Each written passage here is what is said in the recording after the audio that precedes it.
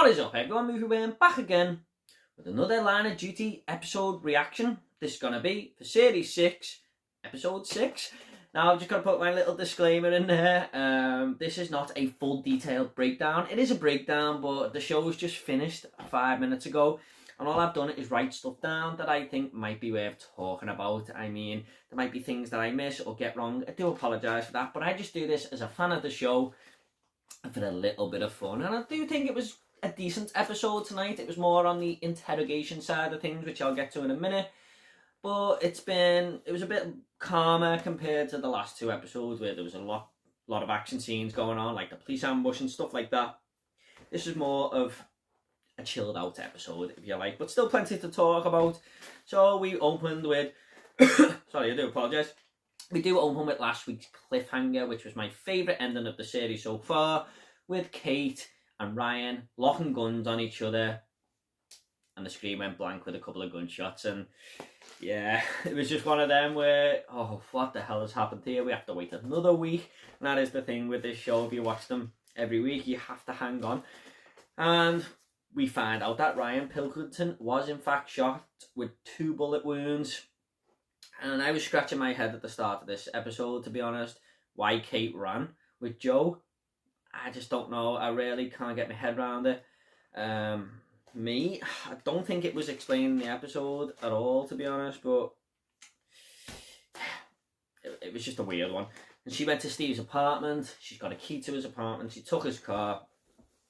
And Steve is like sort of in on this backup plan. Now, she's basically on the run. Carmichael knew where the car was, which we'll get to in a minute, but I just want to bring up that Carmichael updated. Chloe came in and said, Carmichael's told me to update the lighthouse evidence, and she shreds Osborne's picture that was on the wall. Anyway, it's just a bit... It's like wiping his hands of any involvement that he may have had here. I don't like Carmichael. I can't stand her as a character. She just up her own arse. The way she talks and everything, she just thinks she's amazing. And I just don't like her as a character. I don't know anyone who does. But she just really got on my nerves in this episode. Not a bad actress or anything like that. It's just her character. Like I said, up her own arse. Now we do find out that Joe's mum was Tommy's sister. And her dad was a bent copper. Now, Joe is pushed about this dad being a bent copper, which we'll get to in a minute, but we'll just carry on with what I wrote down. Steve has no idea how the police knew what car to intercept, and like I just said, it's because Carmichael has secretly put all these trackers on AC-12's vehicles, and Hastings was really mad about that. He was like, you have disobeyed any trust and stuff like that. They just don't get on them two, do they? And I'm definitely on Hastings' side. And we find out the printing works may be of interest and stuff.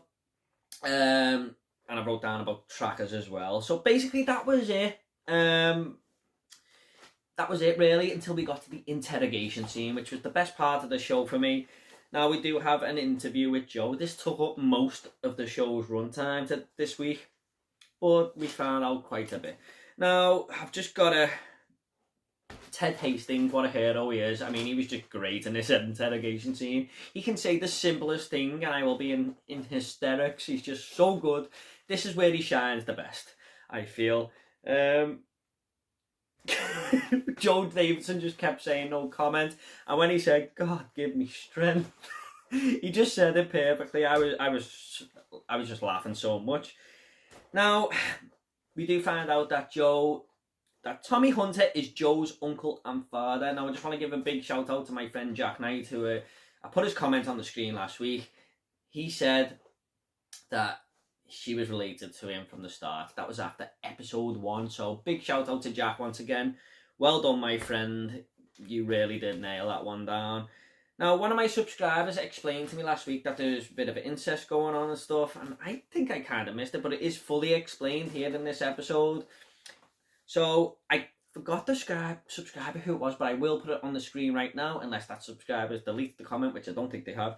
That should be on the screen right now. Well done. What a spot. You really got that spot on there. And we do find out that the person that Joe Davidson was talking to on the laptop was an unknown user in Spain. Well, he was named as unknown user, but the IP address was coming from Spain, which might be Marcus Thirlwell, of course. And we get into all sorts about corrupt officers and small OCG gangs, but they all share that one thing in common, that Tommy could have blew them all up. And Hastings asks her who H is, and when he pushed her, I was just like on the edge of my seat going, we're going to find out right now. And that, I'm not going to say the word, but that Carmichael just shuts him down. I was like, oh my God, will you stop it? I just can't stand it. She also says something about a hypothetical network. Like, does she know something more? Is H a network? Some people have suggested that. I mean, it was a split second when she said it and nothing else got said. She just goes, hypothetical network. Like the way she talks. Is it a network? I still think it's going to be a person. Now, Jo admits that she never charged Teddy Boyle because she felt bad on him. So that is revealed. That's why she shut Kate down in the interview. Due to feeling guilty. Farida is innocent. Jo just says, yeah, I planted everything there. She's innocent. Jo admits that it was a decoy, the robbery, and that she planted the files in Buckle's car. So, look, a lot of things that we were all guessing throughout the series, in episodes 1, 2 and 3 mainly, were answered in a few seconds there. Because we were always thinking that they might be different things, but basically it was all Jo was doing. Yeah, so they were all answered within a few seconds. Buckle's innocent for the most part. I think Carmichael just says something like, we're looking to relieving his, the charges on him and stuff. And Jo's just revealed all of this, and she's asked another question, and she says, no comment, and Ted goes, here we go again. I just loved it when he said that. Now, Jo Davidson said she has no idea that Carl Banks was sort of told by Lee Banks about Gail Vella looking into the Christopher case, the Lawrence Christopher case, and she looked really convincing that she had no idea about that. And I sort of think, yeah, I believe her. And then again, Carmichael stops the interview when we feel like we're getting somewhere, when Ted pushes it about Thirlwell, Buckles and Osborne in this case. But I'm not really sure Jo did know, but Carmichael shuts him down anyway. And we find out that Kate shot Pingleton, but no. Jo Davidson says that Jo Davidson conjures up a story that Steve gave her the nod, and Jo Davidson conjures up this story where she pulled the gun away or something, and that's how the residue went on Kate's sleeve. And Steve gives her a little nod as if to say, yeah, well done. Like, he's come up with this story or something. May have well happened. We don't know, do we? We didn't actually see the actual scene happening, but it was like, because Steve did say when he was arresting him that he was going to sort it all out, so maybe he's just told her to say that. I don't know. There's so many little things in these scenes that Jed puts in as a writer, and you've just got to pay attention to everything. I mean, some of these episodes are worth watching 3 or 4 times to fully get it. I know some of the people underneath do that in the comments, and, that's what he's so good at. He's just such a good writer. And sorry about this, third time.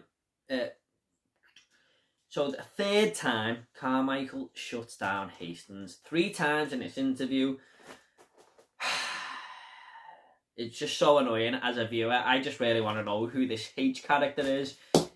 Sorry about that. I just really want to know who this H character is now. It really is grinding my gears. I just want to know. Now, Jo is charged, and she may be charged with more. She's remanded in custody. Steve must attend that was the interview anyway, really good interrogation scene that went on for a while. Steve must attend a health visit within 5 days or be suspended. He finally opened that message he keeps getting. And of course, this might bring him to a standstill because he's addicted to painkillers and stuff like that. Now, there was a Osama bin Laden style,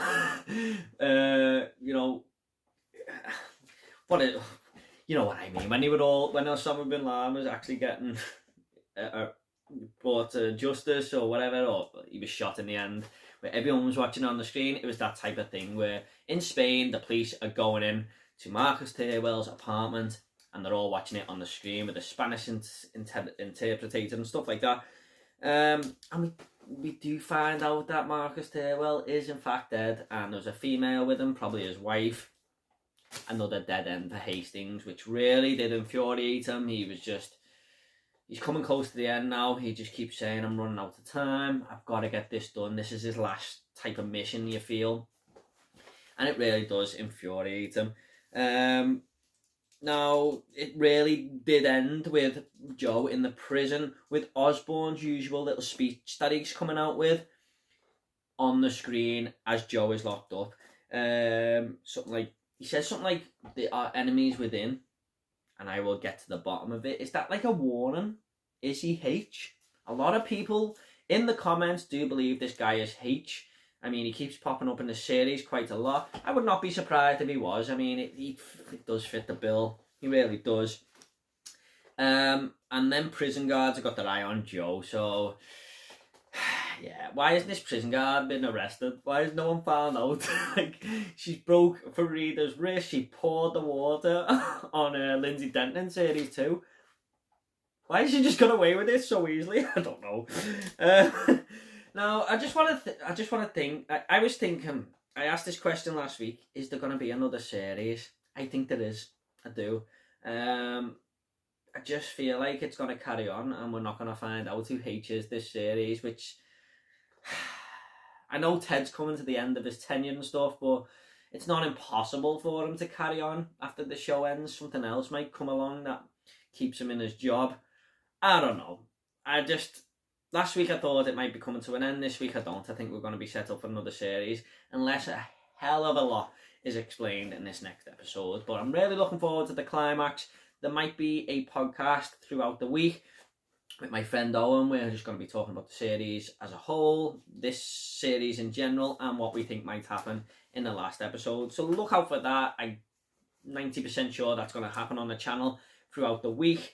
I'm going to be bringing ranking all series of Line of Duty. I'm going to be reviewing this series as a whole as well when it all finishes. So thank you so much, everyone. I'm sorry I don't have all the answers here. It's just my little thoughts. What do you all think about this episode? Do you have any clearer ideas? Did I miss something? I'm sorry if I did. But yeah, just let me know. Comment down below. I'll try and get back to you all, I promise.